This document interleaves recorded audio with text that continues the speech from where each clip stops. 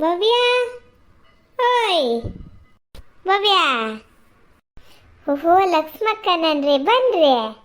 ಬರೋದೆ ಅಂತ ಒಳಗೆ ಬಂದೆ. ನಂಗೆ ಹೇಗೂ ಗೊತ್ತಿತ್ತ ಒಳಗಿರ್ತೀರಾ ಅಂತ. ಸಾರ್ದಾಗ ಕಿಲ್ ಕೂತಿರ್ತಿದ್ರ, ಹಂಗಾಗಿ ಬಂದೆ. ನೋಡಿದ್ರೆ ಕಾಣಲಿಲ್ಲ. ನೀನು ಬಂದೆ ಮರೇತಿ ಪಕ್ಕನ. ಎಂತ ಮಾಡ್ತಿದ್ದೆ? ಹ್ಞೂ, ಕೂತ್ಕೊಳ್ರಿ ಲಕ್ಷ್ಮಕ್ಕ.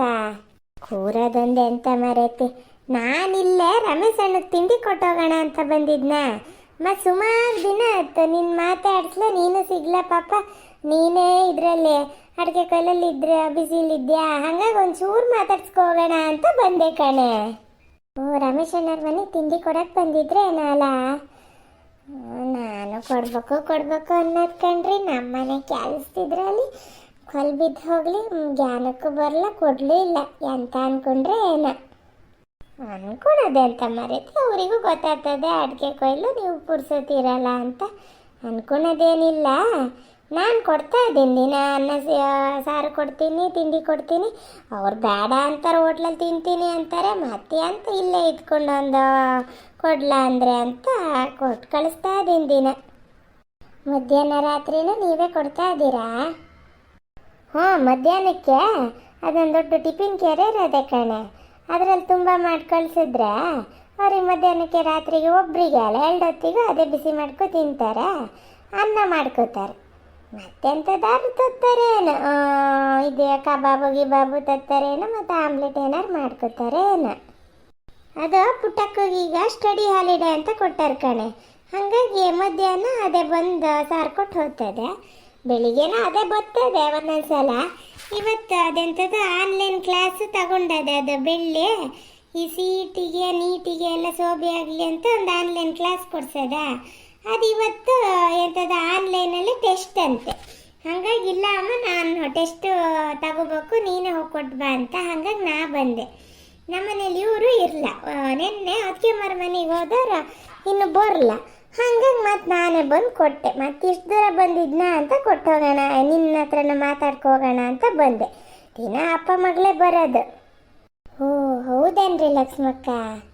ಅದೇನ ವಾಸಣ್ಣ ಇವರ ವರುಣರ ಮನೆಗೆ ಹೋಗಿದ್ದ? ಶಿಕಾರಿ ಆಗಿತ್ತೇನಲ್ಲ ಅದು. ಇವರು ನಿಮ್ಮ ಅಣ್ಣಯ್ಯ ಭಾರಿ ಶಿಕಾರಿ ಮಾಡೋದ ಅಂತ ನಮ್ಮನೇಲಿ ಅಮ್ಮ ಎಲ್ಲ ಮಾತಾಡ್ತಿರ್ತಾರೆ. ಥೋ, ಇಲ್ಲ ಮರೆತ್ತೆ, ಶಿಕಾರಿ ಏನಾಗಲ್ಲ, ನಿಂಗೆ ಗೊತ್ತಿಲ್ಲ ಏನ. ನಮ್ಮ ಅತ್ತಿಗೆಮ್ಮ ಕಣ್ಣಿಗೆ ಒಂಚೂರು ಪೆಟ್ಟು ಮಾಡ್ಕೊಂಡಿದ್ರು ಕಣೆ. ಪೆಟ್ಟಂದರೆ ಮನೆ ಅದ ಈ ಕೊಳ್ಳಿ ಹಾಲು ಇರ್ತದಲ್ಲ, ಆ ಬಾಳೆನ ಹಿಂಗೆ ಎಲೆ ಕೀಳಕ್ಕೆ ಹಾಲು ಬಂದಂಗೆ ಆಗ್ತದ. ಖುಷಿ ಆಗ್ತಿತ್ತಂತೆ. ಕಿತ್ಕೊಡು ಅನ್ನಕ್ಕೆ ಹೋತಂತೆ. ಇವ್ರು ನಿಧಾನಕ್ಕೆ ಪರಮಸೆಲ್ಲ ಕಿತ್ಕೊಡ್ತಿದ್ರಂತೆ. ಹಿಂಗೆ ತಿರುಗ ಗಾಳಿ ಬಂತು, ತಾಗಿ ಒಂಚೂರು ಕಣ್ಣಿನ ತುದಿಗೆ ತಾಗಿದಂತೆ ಕಣೆ. ಕಳ್ಳಿ ಹಾಲಿನೆಲ್ಲ ಇದು ರಸ ತಾಗಿ ಅದಲ್ಲೇ ಒಂಥರ ತೊಳ್ದಾರಂತೆ.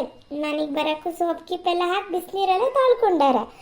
ಅದು ಎಂತ ಆತ ಏನಾದ್ರ ಜೊತೆ ಮರಳು ಬಂದು ಕೂತ ಯಾಂತದ ಏನೋ ನೋಡ.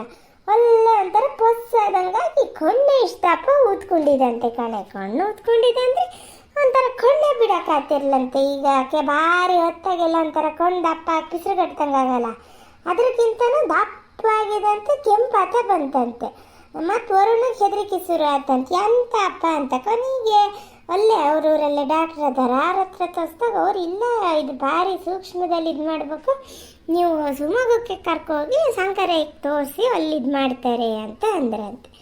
ಕೊನೆಗೆ ನಾ ಕೂಡ್ಲೇನೆ ಶಿವಮೊಗ್ಗಕ್ಕೆ ಸಂಕರೆಗೆ ಕರ್ಕೋದ್ನ, ಸಂಕರೆ ಆಸ್ಪತ್ರೆಗೆ. ಅಲ್ಲಿ ನೋಡಿದ್ರೆ ಅದೇ ಮರುಳು ಎಲ್ಲ ಸೇರಿ ದಂಗಾಗಿರೋದು ಅಂತ ಕಣ್ಣನ್ನೆಲ್ಲ ಕ್ಲೀನ್ ಮಾಡಿದ್ರಂತೆ. ಕ್ಲೀನ್ ಮಾಡಿ 1 ವಾರ ಡ್ರಾಪ್ಸ್ ಎಲ್ಲ ಹಾಕಕ್ಕೆ ಕೊಟ್ಟಾರಂತೆ. ಮತ್ತು ಡ್ರಾಪ್ಸ್ ಹಾಕಿದ್ಮೇಲೆ ಅದು ಕಣ್ಣಿಗೆ ಬ್ಯಾಂಡೇಜ್ ಹಾಕ್ದಂಗೆ ಹಾಕ್ಯಾರಂತೆ. ಅದು ಕಣ್ಣು ಭಾರಿ ಸುಸ್ತಾಗ್ಯದಂತೆ. ಹಾಗಾಗಿ ಅದಕ್ಕೂ ರೆಸ್ಟ್ ಬೇಕು ಅಂತ ಬ್ಯಾಂಡೇಜ್ ಹಾಕ್ದಂಗೆ ಹಾಕ್ಯಾರಂತೆ. ಹಾಗಾಗಿ ನೋಡ್ಕೊಬರಕ್ಕೆ ಹೋಗ್ಬೇಕು ನಾನು ಹೋಗ್ಬೇಕು ಅಂತಿದ್ದೆ. ಈಗ ಹೆಂಗೆ ಮನೆ ಬಿಟ್ಟು ಹೋಗೋದು, ಹಿಂಗೆ ಅತ್ತೆಮ್ಮನ ಬಿಟ್ಟು ಹೋಗೋದು ಹೆಂಗೆ? ಅತ್ತೆಮ್ಮಗೆ ಹೇಳಲ್ಲ, ಮತ್ತು ಒಂದೇ ಸಲ ಗಾಬರಿಗಾತಾರ. ಹಾಗಾಗಿ ಹೇಳಲ್ಲ ಅತ್ತೆಮ್ಮಗೆ. ಮತ್ತು ಇಬ್ಬರು ಗೂಡ್ಲೆ ಹೋದ್ರೆ ಅವ್ರಿಗೆ ಗೊತ್ತಾಗ್ತದೆ. ಹಾಗಾಗಿ ಇವ್ರು ಸುಮ್ಮನೆ ಹೋಗ್ಬತ್ತೀನಿ, ಸುಮಾರು ದಿನ ಆತ ಅಂತ ಹೋದರು. ಈಗ ಆರಾಮಾಗ್ಯಾರ ಅತ್ತೆಮ್ಮ. ಮೊನ್ನೆ ಕಣ್ಣಿಂದ ಬ್ಯಾಂಡೇಜು ಬಿಡ್ಸ್ಕೊ ಬಂದ್ರಂತೆ. ಈಗೆಲ್ಲ ಗರಗ ಓಡಾಡ್ತಾರಂತೆ. ಆದರೆ ಕಣ್ಣಿಗೆ ಡ್ರಾಪ್ಸ್ ಮಾತ್ರ ಒಂದು ತಿಂಗಳು ಹಾಕ್ಬೇಕಂತೆ. ಅಯ್ಯೋ ದೇವ್ರೆ, ಎಷ್ಟು ಹುಷಾರಲ್ಲಿದ್ರು ನೋಡಿ ಎಂಥದಾರು ಒಂದು ಇರ್ತದೆ ಈ ಥರ. ಹೂನೆ, ಸುಮ್ ನಿತ್ತರ ಬಾಲ್ಯ ಜೊತೆ ಆಡಿಸ್ತಿದ್ದರೆ ಹಿಂಗಾಗಿದಂತೆ. ಅದೇ ಅಂತಿದ್ರು.